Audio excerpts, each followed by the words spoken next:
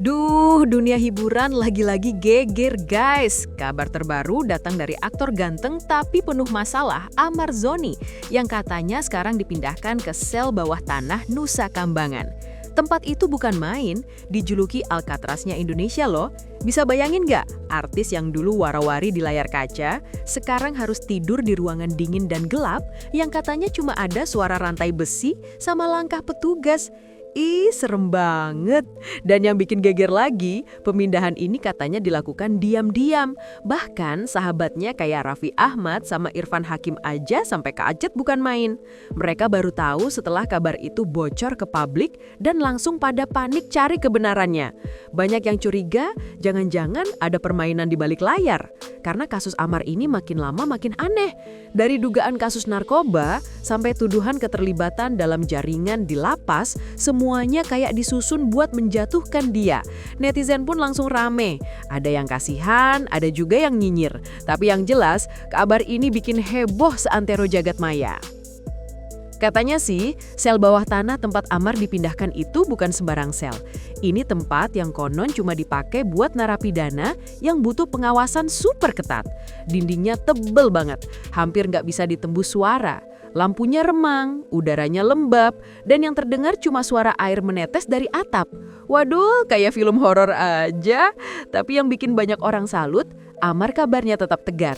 Bahkan, tunangannya yang cantik, Dr. Camelia, sempat bilang kalau Amar masih bisa senyum waktu dia datang nengok.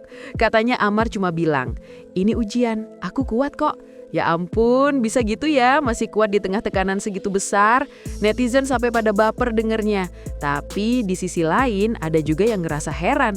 Kok bisa sih artis diperlakukan sekeras itu, padahal kasusnya aja belum jelas? Banyak yang mulai curiga, jangan-jangan ada oknum yang pengen dia hancur total biar nggak bisa balik lagi ke dunia hiburan. Waduh, gosip makin panas nih. Nah, kalau ngomongin reaksi sahabat-sahabatnya, yang paling heboh tentu aja Raffi Ahmad sama Irfan Hakim. Mereka tuh kan udah kayak saudara sama Amar. Begitu tahu Amar dipindahkan ke Nusa Kambangan, kabarnya mereka langsung hubungin beberapa orang penting buat mastiin kabar itu. Raffi sampai bilang ke timnya, "Gue nggak percaya kalau ini benar, harus dicek dulu." Sedangkan Irfan katanya sempat syok dan nangis waktu tahu sahabatnya diperlakukan sekeras itu. Duh, bromance sejati banget nggak sih? Netizen sampai bilang, andai semua teman kayak Raffi dan Irfan, dunia pasti lebih lembut. Tapi gosipnya, ada juga yang bilang Raffi sempat mau datang langsung ke Cilacap buat nemuin Amar, tapi dicegah karena alasan keamanan. Waduh, makin misterius aja ya. Apakah ada sesuatu yang disembunyikan?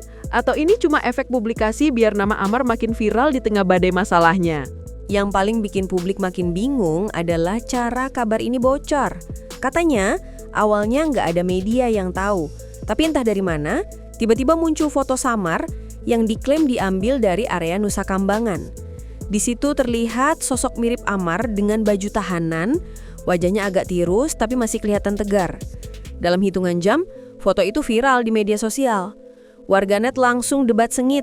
Ada yang yakin itu Amar, ada juga yang bilang cuman editan.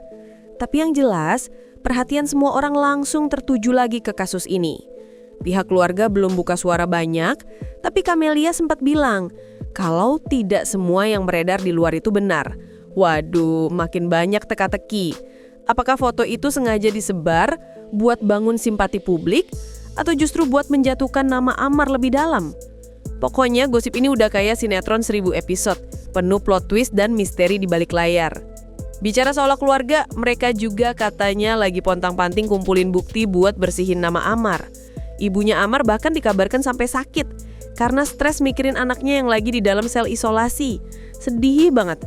Camelia sendiri juga nggak tinggal diam. Dia terus ngasih kabar ke publik lewat unggahan-unggahan penuh doa di media sosial.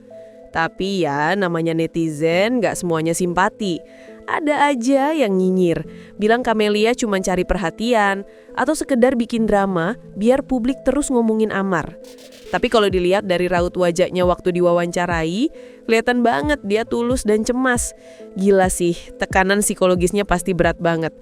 Sementara itu, ada juga rumor yang bilang pihak keluarga lagi minta bantuan pengacara kondang buat buka ulang berkas kasus Amar.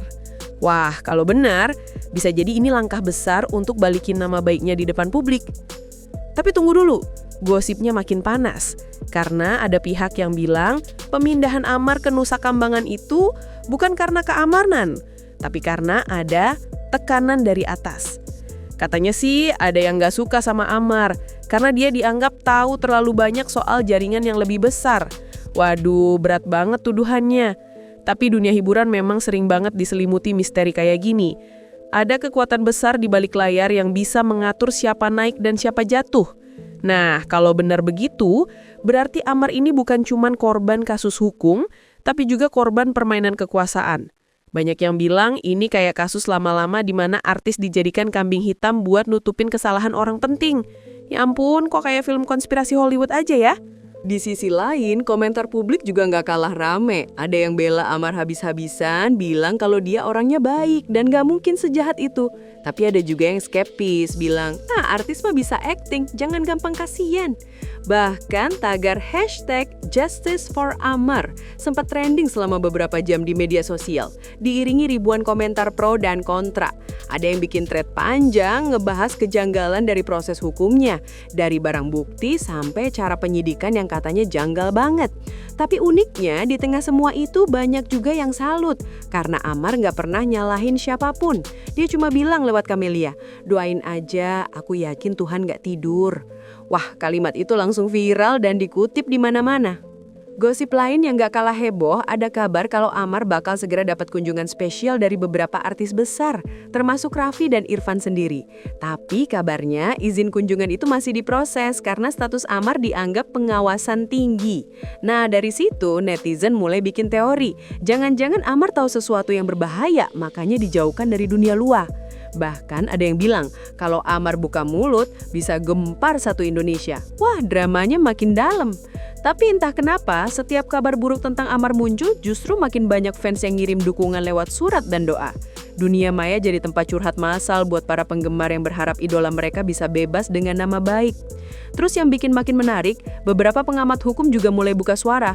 Ada yang bilang kalau kasus Amar ini bisa jadi presiden buruk kalau benar dia dijadikan target. Bahkan ada yang nyeletuk, kalau saya hakimnya, saya bebaskan aja. Waduh, pernyataan berani banget. Artinya ada indikasi bahwa memang ada kejanggalan dalam proses hukumnya. Dan kalau sampai ini terbukti, bisa jadi skandal besar banget di dunia hukum Indonesia. Tapi ya, seperti biasa, pihak berwenang diam 1000 bahasa. Semua menunggu waktu, sementara gosip di luar terus berkembang. Orang makin penasaran, sebenarnya siapa sih yang punya kepentingan di balik semua ini? Pada akhirnya, semua drama ini bikin publik sadar satu hal. Dunia hiburan itu nggak seindah yang kelihatan di layar kaca. Amar Zoni, yang dulu dikenal sebagai sosok hangat dan penuh tawa, kini harus berjuang di balik dinding dingin Nusa Kambangan, sementara sahabat-sahabatnya cuma bisa mendoakan dari luar. Tapi kalau kita lihat dari sisi lain, cobaan ini bisa jadi titik balik besar buat dia. Kalau nanti semua tuduhan terbantahkan, Amar bisa bangkit dengan nama yang lebih bersih dan kuat dari sebelumnya. Tapi yaitu, waktu yang akan menjawab. Entah Amar jadi korban sistem atau justru pemain dalam drama besar yang gak pernah kita bayangkan. Satu yang pasti, gosip tentang Amar Zoni ini belum akan berhenti dalam waktu dekat. Karena setiap detik selalu aja ada babak baru yang muncul. Seolah hidupnya adalah sinetron tanpa akhir.